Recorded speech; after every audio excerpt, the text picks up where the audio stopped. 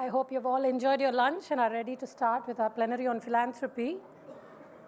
It's my pleasure to introduce Deepak Raj, who is a Founders Circle member of Indiaspora and has been a role model in being mindful about philanthropy, in being strategic about philanthropy.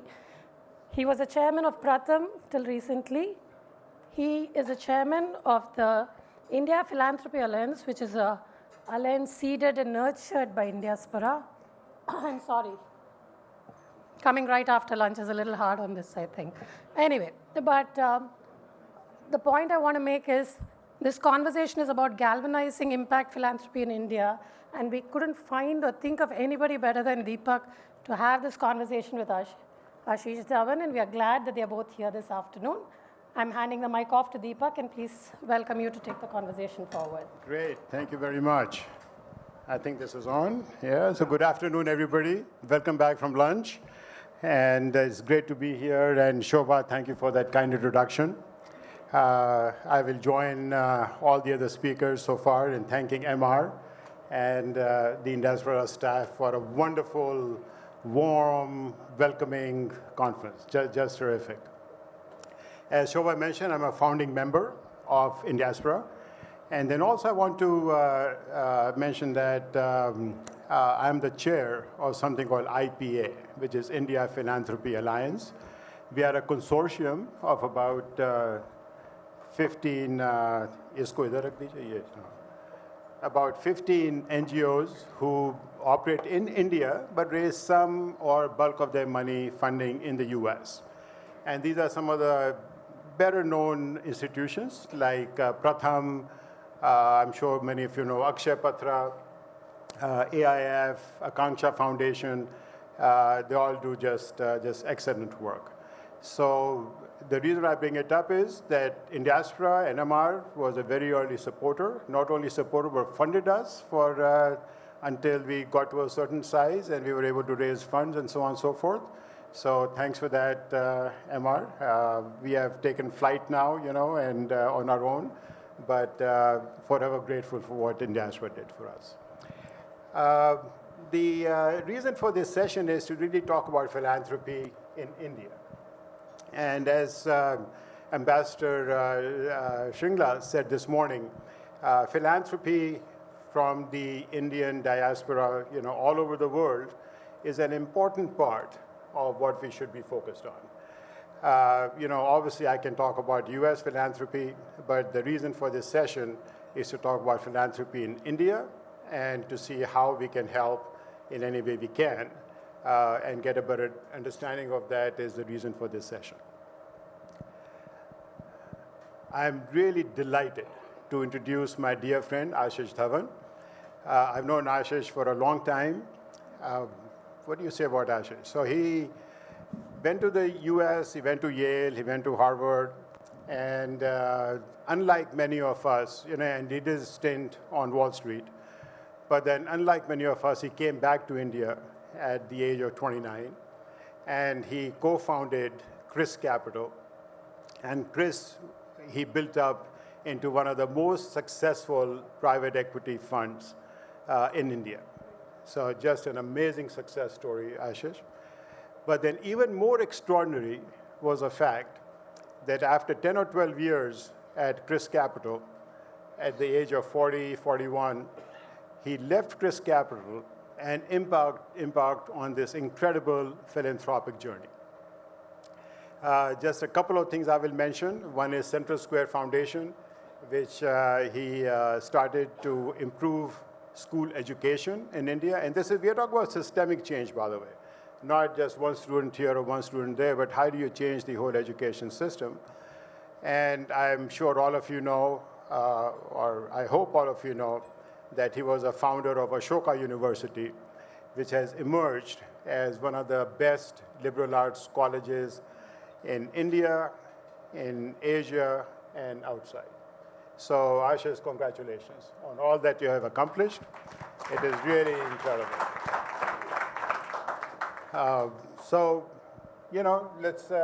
You've had an incredible career in business and now in philanthropy.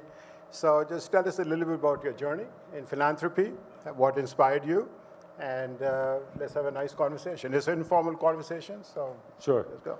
Deepak, thank you. It's a pleasure to do this with you. I started in a very small way about 20 plus years ago when I was in my full-time job. I always felt we were very privileged, and so in a small way would give to a few nonprofits, take out a Saturday to just go see the work that they were doing. And I think that increased my social conscience in a sense, because otherwise you're living in your bubble, your friends are from the same circle.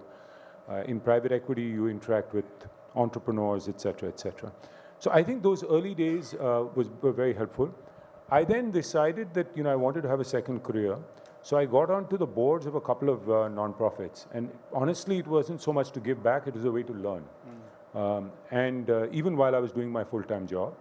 And then at some point I got ready, as you were saying, to go full-time, to leave.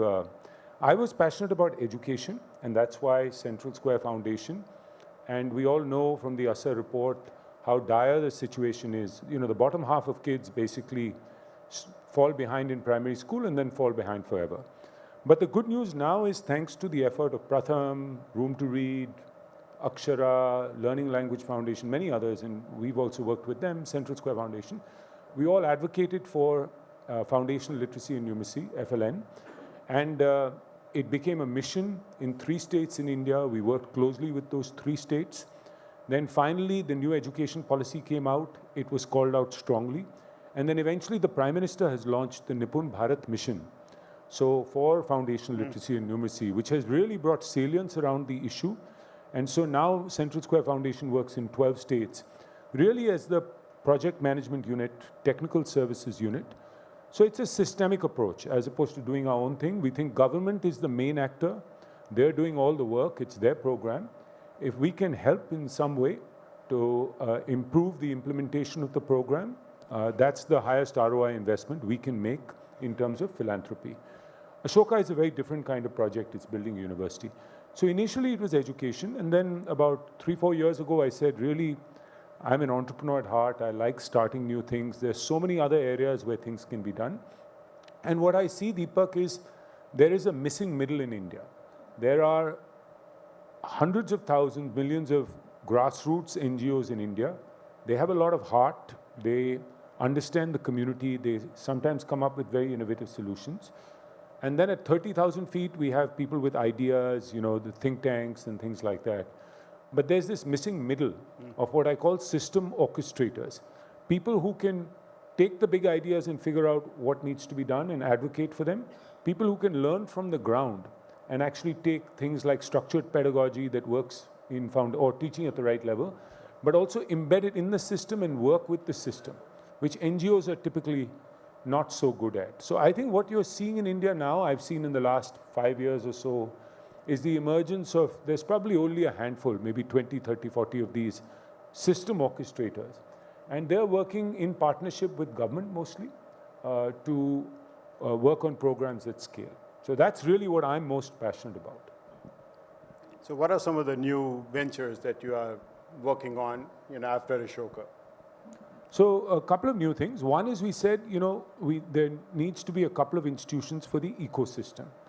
So we incubated 2 organizations. One is called ISDM, the Indian School of Development Management.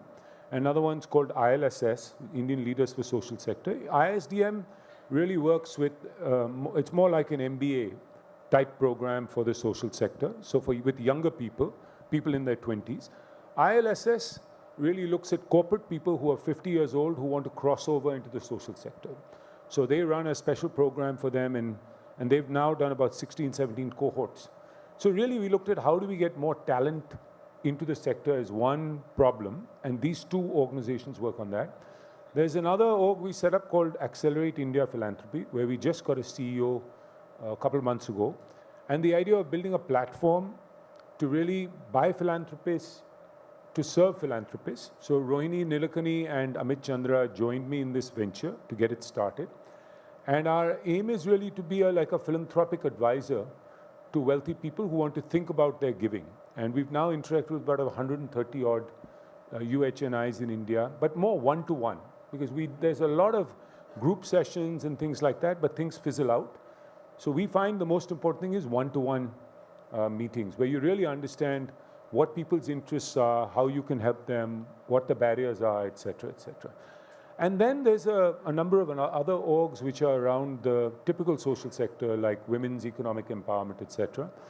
The one thing I'm quite passionate about is economic development.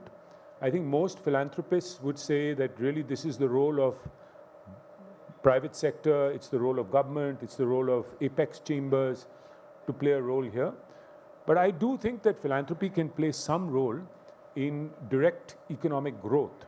So we set up a new org, for instance, that only works on labor-intensive exports, working with state governments, because we think India has a golden opportunity right now with the China +1, working with state governments and helping them with labor-intensive exports, particularly around electronics, garments, home interiors, etc. Another one which we set up is more focused on science and tech policy and capacity building. So these new areas where there aren't too many, there's sort of an institutional void, and there's the opportunity to build something new. Most of these are still at the very early stages, so we'll find out in a few years what the impact really is. That's terrific. So actually what you're doing is you're building institutions to bring about long-term change, which is a terrific lesson to learn from your journey. So when I look at the US, I think the arc is pretty strong in terms of what the numbers are, in terms of people giving and the amount being given and so on and so forth. The absolute dollars are still not huge. I mean, the growth is terrific though. How is it in India? I mean, do you see more generous philanthropy in India as well? Yeah, I think it's gone up a lot. I think a lot of it was the example set by many people ahead of us, like the Infosys founders, like Chris and Nandan, and all of them actually. Mr. Premji, Shiv Nadar, many others, I mean, honestly. And I think they were the first ones. And now you're seeing people who are in their 40s and 50s really want to start much earlier, possibly in a small way in the beginning, and then grow from there.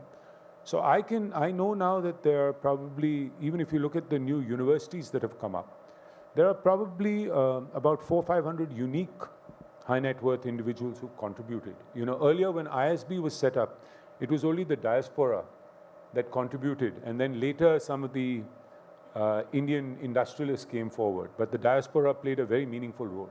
Now you're seeing that it's Indian philanthropists who are playing the much larger role, which is the way it should be.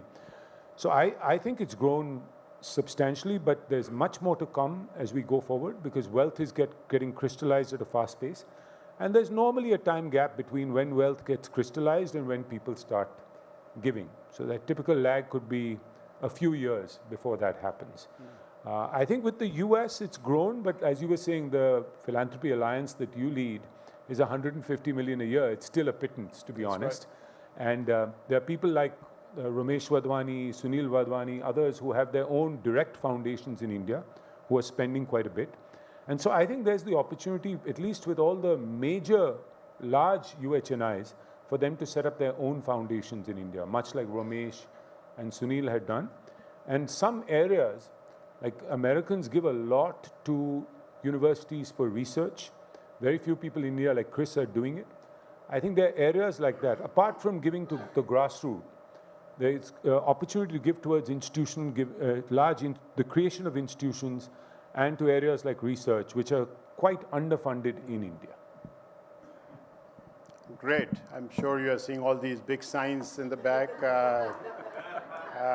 time up and so on and so forth. So I think we should respect that and keep everything on schedule. Ashish, thank you so much. Thanks for your Thank you.